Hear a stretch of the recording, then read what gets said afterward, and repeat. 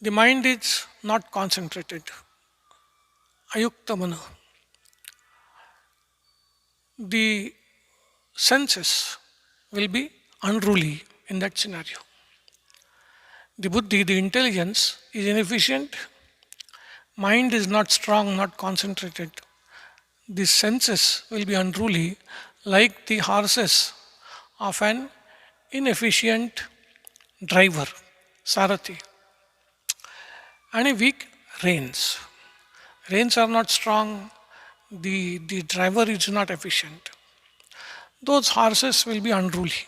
Like that will be the senses in the scenario where the intelligence is incompetent and mind is uncontrolled. The senses will have field day, so to say. They are having field day actually.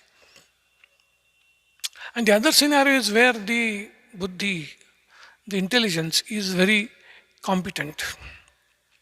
Mind is strong, controlled. Such senses in that scenario will be well behaved, like the trained horses attached to a chariot which has a very efficient driver and strong reins. So these were the two scenarios given. And we were discussing what is meant by a competent driver, an efficient buddhi, efficient intelligence. What are the characteristics? And we saw it has to first have knowledge. Knowledge about tattva, marga and sadhana. Just as the driver has to know the destination, the path and the accessories, where the chariot has to go and all that. So this Buddhi Sarathi, the driver called intelligence, should know what is the goal of this life, what is the way, and what are the sadhanas, accessories to reach there. So this is the simile that we have been talking. Now, where will Buddhi get this knowledge about Tattva, Marga and Sadhana? That we get only from scriptures. By scriptures, Upanishads, Gita, teachings of saints and sages and everyone, all that together, Moksha Shastra. All that together, that is where we get correct knowledge of what is the tattva, what is the goal, what is the path, and what are the sadhanas. For that, we need to have faith in the scriptures and the avatars and their words.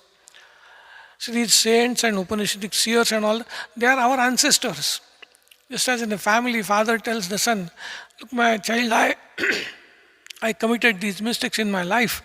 You don't commit. I wasted my time, you don't waste. These habits help me.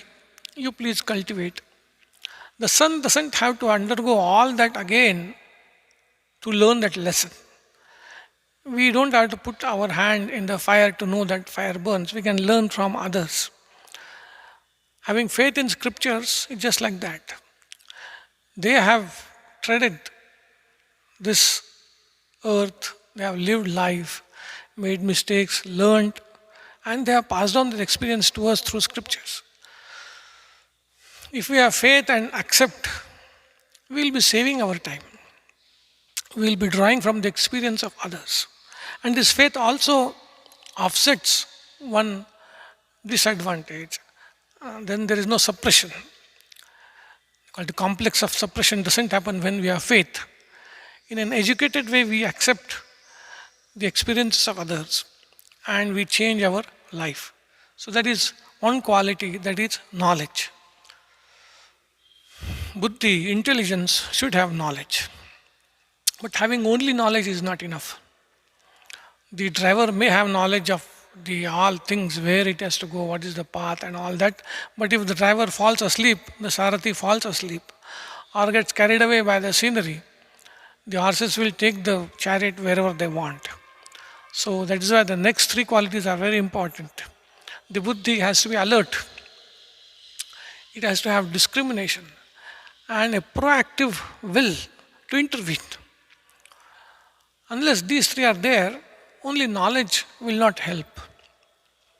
We saw in one of the earlier classes how senses take liking for something. They see something, perceive something, take liking for it, then they present it to the mind, and recruit the mind in their favor. So mind also starts meditating on that object, on that thought. Now this is where the intelligence, the buddhi has to immediately step in. Whether this thought is beneficial or not, it's productive or counterproductive. That discrimination immediately it has to do. So buddhi, that is why buddhi has to be alert. It should have a watch over mind as to what is happening in the mind. It should have the will to intervene. If there is any thought that is suspicious in the mind, the buddhi should immediately intervene and discriminate. What is the result of this thought? Foresight or farsight, whatever you call it. It should have. Where will this thought lead me? Because, see, these thoughts, they start, if they are left unattended, the longer they stay in mind, harder it becomes to counter them. That's why Bhagavad Gita says, Dhyayato Vishayan Pusaha Sangasteshu Pajayate. It starts. Immediately, if we do not intervene, immediately, if we do not analyze, see what are the results of that pursuit, where it is going to lead us, and if it is harmful, the harmful effects have to be imprinted on the mind, and the mind has to be weaned from that thought. Now, this is the most difficult part of buddhi, and only buddhi can do it. Mind doesn't understand all this. It is only the buddhi, the intelligence, which has the capacity. God has given that capacity. That is why this buddhi is called Sarathi, the driver. It takes our ratha to our destination. And it has to be alert, should be ever alert. It should have the will to intervene and necessary discrimination. These three qualities are very essential in buddhi. When Swamiji, he told an incident. He was in a garden and he saw a very healthy, beautiful tree with leaves and strong branches and flowers about to give fruits and whatever. And then there he saw a beautiful insect sitting. Then he called the gardener and said, "Look, a beautiful insect and all that." The gardener shuddered and said, "Immediately chase that insect away." He said, "Swamiji, you don't know. If it is left here, by tomorrow this tree will have no leaves, no flowers. Only dry branches will remain. Because it eats away everything. It looks attractive, but it eats away everything." That gardener foresees. He knows the consequences. He is alert and has the will. So should be our buddhi. Our buddhi has to immediately intervene whenever we see any suspicious thought in our mind. That is what is called nipping in the bud. We should immediately nip in the bud whatever we thought are suspicious thoughts, because if we let them, they will become stronger. Once they get roots in the mind, then it's very difficult to dissuade the mind from those thoughts. So we have to be careful about that.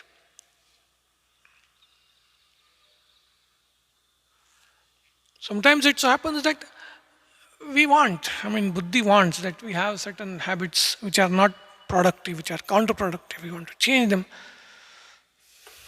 Unfortunately, these all remain at the level of what is called noble intentions. We have a lot of noble intentions. Noble intentions pave way to hell, karke, that is one saying. That is, we have noble intentions, but we never really seriously put them into practice. That's why if we want to change the habits, first we have to resolve. We have to sit, we have to think, we have to resolve.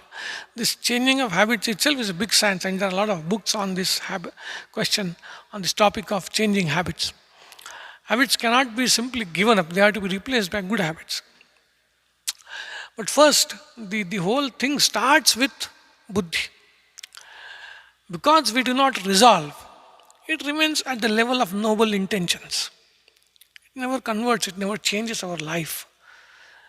So everything has to start with buddhi. The buddhi has to, the intellect, we have to say, I will do it or I will not do it, whatever it is. And once that is done, then we have to imprint on the mind the harmful effects of the bad habit that we want to give up, beneficial effects of the good habits that we want to inculcate. And that mind has to be fed this information again and again. And we have to have satsanga. That's a person who wants to smoke, wants to give up smoking, he has a habit of smoking, so give up. And if he lives in the company of smokers, he will never be able to give up that habit. That is why satsanga is necessary. We should follow, we should be in the company of holy, in the company of people who are like minded. When we are in the company of like minded people, then what will happen? Then our mind will also be like them. And then we will slowly be able to do that. So, but the whole thing starts with sankalpa. We have to decide, firmly resolve, and then give concrete form to our resolve. They say many times, we read in those books, they say a very general resolve, I'll be a good person. All these are trickeries of the mind. It has to be broken down into concrete habits. What do you mean by being a good person or a more productive person? What is meant by that? So it has to be broken down into concrete practices. And then it has to be resolved. And we have to tell the mind the positive and negative aspects. And then it has to be reviewed every day and all that. We are starting a program called Sankalpa Yajna for this, developing of good habits. So the whole thing starts with buddhi. So that is the alertness of the buddhi is necessary, its will is necessary, and discrimination is necessary. Today we take something, we don't think of future. If we pursue this thought, if we convert it into action, what will be the future? We never think of it.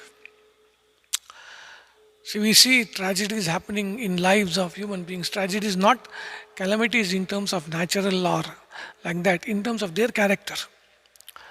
Ranganathan used to say, we build tragedies brick by brick, thought by thought, we build tragedies. A person doesn't become a bad person in a day, overnight. That person harbored those thoughts day after day. So thought by thought, basically, we build tragedies of our life, then that shipwreck happens.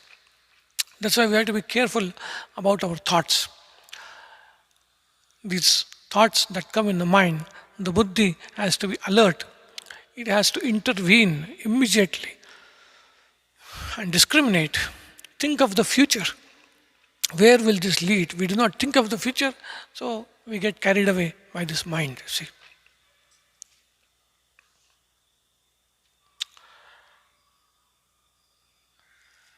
And when we say we have to have control over mind, over our senses, what do you mean by having control? It means we should be able to engage or disengage our mind and senses from wherever we want them to be, basically.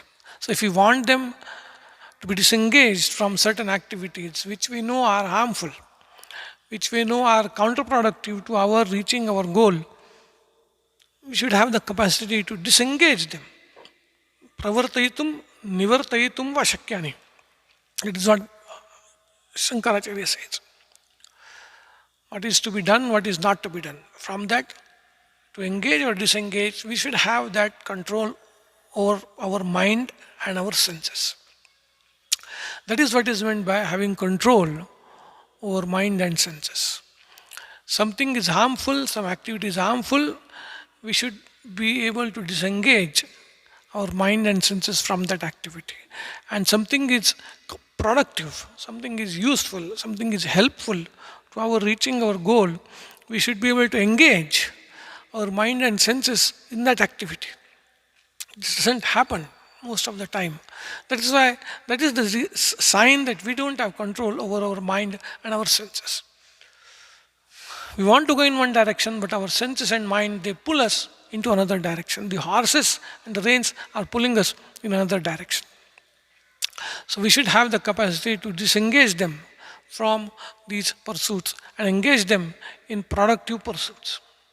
That is what is meant by having control over mind and body. So we have this, then we can analyze ourselves how much control we have.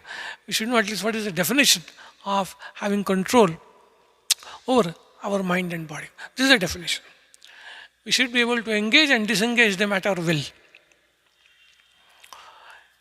And this struggle, this is the struggle of the intellect to be ever alert.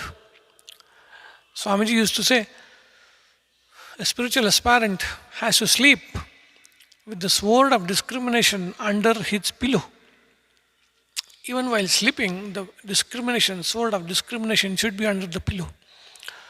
That is, every moment we have to be alert. Ratrandina Mahayuddhata Prasanga, there is one Marathi Abhanga. Day and night, we are in a warlike situation. So this is the crucial period, basically, this period of where we are trying to bring our mind and senses under control. This period is crucial. And mainly it is for spiritual aspirants. But even for those who want prosperity, for them also, it is necessary. It is necessary, a disciplined life is very necessary to achieve any kind of success in life. So, but mainly we are dealing with success in terms of spiritual life. So, and these habits which we develop, these will last with us forever. It is not that they will immediately go unless we let them go. But if we make them part of our life, then these are carried forward. By some stroke of luck, if we do not realize God in this life, future life also these habits will come handy. They will be with us. These will not go away. So there is why in every way, this habit to control the mind and senses, it helps in every way. And when we have controlled, then it becomes easier. There is tremendous energy in this mind and senses. Now it is frittered away. One Swamiji used to give example of electricity. See, when it is not harnessed, it is of no use. It could create havoc. But when it is harnessed, it is so productive. It has become so beneficial to so many people. So also are the energies of this mind and the senses. When they are not harnessed, they will lead to havoc. But when harnessed, they will lead to so many beneficial effects, so many benefits to us and to the people. And a person whose mind and senses are controlled, so such a person is a good person, a disciplined person. People also trust. A controlled person is trusted by people. Pramanikata, honesty, depend in the control. So that is why all these matters, but in this whole picture, the main role is of the intellect. If we have good intellect, and if we have exercised, sharpened that intellect, for that we have to keep on doing satsanga, reading and filling the intellect with good thoughts, exercising it. Sometimes it happens that we fail to be alert. The mind runs after things. After some time we realize that's how things start. It's not that in one day we'll start becoming alert. We realize after 1 hour, 2 hours that mind has been running after useless things. Then we intervene. But it's a practice. It's a practice which we have to continue. And as we practice, so we will get the benefit. So these are the two scenarios. And then the next two mantras will tell what happens to the Rathi, that is the owner, in these two scenarios. Yastva vijnanavan bhavati amanaskah sada shuchihi nasatat padamapnoti samsaram cha adhigacchati. Yastu vijnanavan bhavati samanaskah sada shuchihi satatat padamapnoti yasmat bhuyo na jayate. These are the two examples of the Rathi, of the owner. We have been talking about the qualities of the intelligence and the. But what will happen to the rati, to us, if we let ourselves in either of these scenarios, let ourselves to be led by a driver who is inefficient? What will be our fate? And what will be our fate if we let ourselves, or rather fortune, if we let ourselves to be driven by a driver who is efficient? So it said, yes, to vijnanvan bhavati amanaska sadashuchi. But for another point, important point that Shruti points out here, a person who is ashuchi, who is impure, he says amanaska, whose mind is not pure, such a person is impure. And yes, to vijnanvan bhavati samanaska sadashuchi. He is of controlled mind, and by that very fact, he is pure. So our purity or impurity, these depend on control of the mind. Purity and impurity, external purity is important, there is no doubt about it. But along with that, purity of the mind, that is what makes us pure or impure. That is one point that we understand. And if we are led, we let ourselves to be led by a driver who is inefficient, nasatat padam apnoti, we will not reach our desired goal. Not only we will not reach our desired goal, but Shruti said, samsaram chadikachati, we will be caught in this cycle of samsara. And the other, as opposed to that, if we let ourselves to be driven by a competent intelligence, satutat padam apnoti, that person, that jiva reaches that supreme goal, yasmat bhuyo na jayate, from where he is not born again. So one will lead to samsara, the other will lead to moksha. These are the two scenarios. Anyway, we will see in next class. Om Shanti Shanti Shanti Hari Om Tat Sat Shri Ramakrishna Arpanamastu.